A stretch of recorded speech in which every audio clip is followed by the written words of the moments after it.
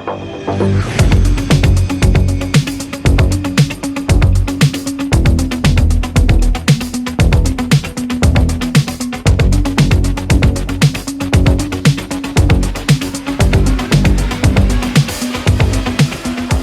right, to operate the pump here, it comes off the battery in the truck. You have to turn the fuel on. This is fuel on, this is fuel off. This comes off the fuel tank of the truck. This is your choke, your ignition, and your throttle, all right here. Now, when the pump is off or you're done with it, we want you to turn the gas off. So turn this off. You do not have to run it out of gas like you would a generator, but run that off. Now, this is your primer and this exhaust primer.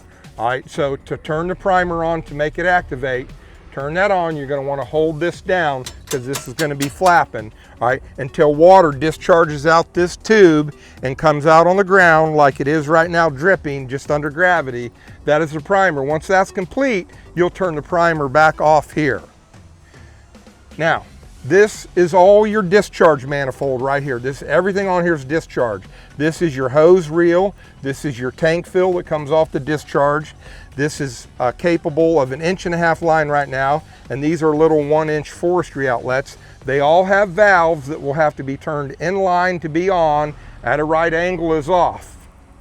Now, this is the only intake for the pump and the tank. This is what you would hook to a hydrant or draft. Anytime you hook this up, you're gonna have to open this valve. Now, it's very important to fill the water tank. This little yellow label up here, this is your tank fill. You fill your tank from here to prevent damage. You can fill the tank from here through the tank to pump valve, but it may damage the tank. Bottom line is, when you open this valve, you need to make sure this one's closed. If it's open, okay, like that, you can damage the tank by filling it too quick. So anytime you open this, which is when water is coming in, you want to close this valve.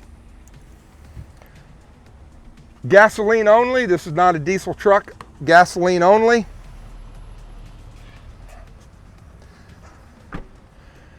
Now this truck has 2 batteries.